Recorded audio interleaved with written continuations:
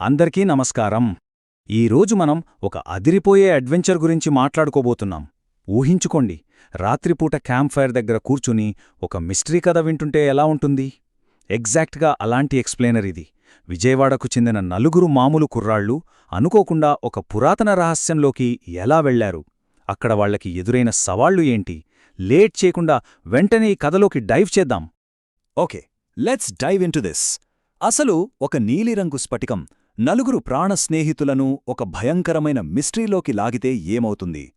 కార్తిక్, రవి, సురేష్ ఇంకా విక్రమ్ వీళ్ళు జస్ట్ మీలానాలా ఉండే కుర్రాళ్ళు. కాని పురావస్తు శాఖలో పనిచేస్తున్న కార్తిక్కి పాత కోట శిథిలాల్లో ఒక వింతైన తోలు సంచి దొరుకుతుంది. అందులో ఏముందో తెలుసా? ఒక పాతబడిన మ్యాప్, దాంతోపాటు బ్లూ కలర్లో మెరుస్తున్న ఒక క్రిస్టల్. ఆ మ్యాప్ చూస్తే మణిద్వీపం అనే ఒక అంతు చిక్కని ఐలాండ్కి దారి చూపుతోంది. భలే ఇంట్రెస్టింగ్గా ఉంది చదు. ఇంకేముంది, ఆ మ్యాప్ పట్టుకుని శతాబ్దాల క్రితం నాటి ఆ అపారమైన సంపదను వెతుక్కుంటూ వాళ్ళు ఒక్క పడవలో హిందూ మహాసముద్రంలోకి బయల్దేరారు. అంతా బాగానే ఉంది అనుకునేలోపు సీన్ మొత్తం మారిపోయింది. అకస్మాత్తుగా ఆకాశం కారు మబ్బులతో నల్లగా మారిపోయి సముద్రంలో ఒక రాక్షస సుడిగుండం ఏర్పడింది. చూస్తుండగానే వాళ్ల పడవందులోకి వెళ్ళిపోయింది. అందరూ స్పృహ కోల్పోయారు. కట్ చేస్తే ఈ భయంకరమైన సుడిగుండం వాళ్ళని ఒక తెలియని ప్రపంచంలోకి విసిరేసింది.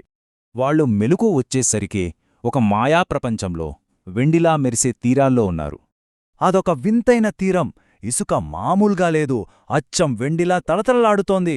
ఇక చెట్లు చూస్తే ఆకాశాన్ని తాకేంత ఎత్తులో ఉన్నాయి. గాలిలో కూడా ఒక రకమైన మ్యాజిక్. అదొక మంత్రముగ్ధమైన వాతావరణం.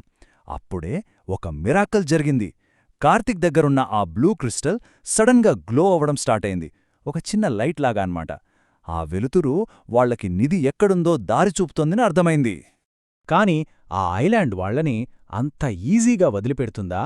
ప్రకృతి ఇంకా భయంకరమైన జంతువులతో అసలు సవాళ్లు ఇప్పుడు మొదలయ్యాయి. ఆ దట్టమైన అడవిలోకి వెళ్లగానే విస్పరింగ్ వుడ్స్ అంటే గుసగుసలాడే చెట్లెదురయ్యాయి. ఆ చెట్లు ఏకంగా మనుషుల గొంతులతో వాళ్ల పేర్లను పిలుస్తూ వాళ్లని విడదీయాలని చూశాయి. ఊహించుకుంటేనే గూస్బంప్సొస్తున్నాయి కదా. అప్పుడే కార్తీక్ వాళ్లని గట్టిగా అలర్ట్ చేశాడు. ఎవరి చెయ్యి వదలకండి, కళ్ళు మూసుకుని నా క్రిస్టల్ కాంతిని మాత్రమే ఫాలో అవ్వండి అని. ఆ గొంతులు ఎంత భయపెడుతున్నా సరే వాళ్ళు చేతులు వదలకుండా ఒకరికొకరు ధైర్యంగా నిలబడ్డారు. టీంవర్క్ అంటే ఇదే.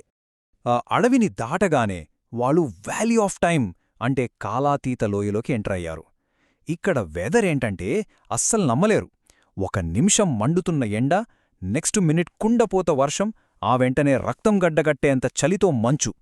ఇంత ఎక్స్ట్రీమ్ కండీషన్స్లో సురేష్ తన కండబలంతో హీరో అయ్యాడు. అందర్నీ ఒక తాడుతో కట్టి ఆ డేంజరస్ కొండచర్యల మీదుగా చాలా కేర్ఫుల్గా కిందకు దించాడు. వాళ్ల మధ్యున్న అద్భుతమైన కోఆర్డినేషన్ వాళ్ల ప్రాణాలను నిలబెట్టింది. లోయ దాటి ఆ ద్వీపం మధ్యలోకి వెళ్లేసరికి టెన్షన్ పీక్స్కి వెళ్ళిపోయింది. ఎప్పుడో అంతరించిపోయాయి అనుకున్న రాక్షసబల్లులు సడన్గా వాళ్లమీద అటాక్ చేశాయి. నోవే బతుకుతామని ఎవ్వరూ అనుకోలేదు. కాని విక్రమ్ ప్రెజెన్స్ ఆఫ్ మైండ్ మామూలుగా లేదు. తన దగ్గరున్న బాణాసంచా అంటే ఫైర్ క్రాకర్స్ ఉపయోగించి చెవులు చిల్లులు పడే అంత పెద్ద సౌండ్ క్రియేట్ చేశాడు. ఆ భయంకరమైన సౌండ్కి జడుసుకుని ఆ రాక్షసబల్లులు అక్కడ్నుంచి పారిపోయాయి. విక్రమ్ తెలివితేటలతో ఆ గండం గట్టెక్కారు. ప్రాణాపాయం నుండి తప్పించుకుని అలా ముందుకు వెళ్లగా ఒక ప్రాచీన రాతి తలుపు ఎదురైంది. ఐకమత్యానికి, త్యాగానికి ఇది ఆఖరి పరీక్ష. వాళ్ళు ఒక పెద్ద జలపాతం వెనుకున్న ఒక రహస్య గుహలో కడుగుపెట్టారు. ఆ గుహ మధ్యలో ఒక అతిపెద్ద రాతి తలుపుంది.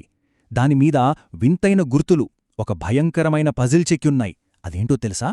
నలుగురు స్నేహితులు, 4 వేరువేరు గుణాలు. ఎవరి రక్తమైతే త్యాగానికి సిద్ధమో వారికే ఈ తలుపు తెరుచుకుంటుంది. ఇది చదవగానే వాళ్లకి చెమటలు పట్టే. త్యాగమంటే తమలో ఒకరు ప్రాణాలర్పించాలా అని ఆ నలుగురు ఒక్కసారిగా షాకయ్యారు. కాని ఆ పానిక్ సిచ్యువేషన్లో కూడా రవి చాలా కూల్గా ఆలోచించాడు. ఇక్కడ త్యాగం అంటే ప్రాణాలర్పించడం కాదు, తమలోని స్వార్థాన్ని వదులుకోవడం అని వాడికి స్ట్రైక్ అయింది. వెంటనే ఆ నలుగురు తమ చేతుల్ని బలంగా కలిపి పట్టుకుని ఆ తలుపు మీద ఉన్న సింబల్స్పై ఒకేసారి చేతులు పెట్టారు. అంతే, వాళ్ల స్వార్థం లేని స్నేహ బంధాన్ని గుర్తించిన ఆ మాయా తలుపు మెల్లగా దానంతట అదే తెరుచుకుంది. అదొక మ్యాజికల్ మూమెంట్. ఇక ఫైనల్ స్టేజ్, ప్రపంచం కోసం నిధి. వాళ్లు తీసుకున్న ఒక గొప్ప నిర్ణయం.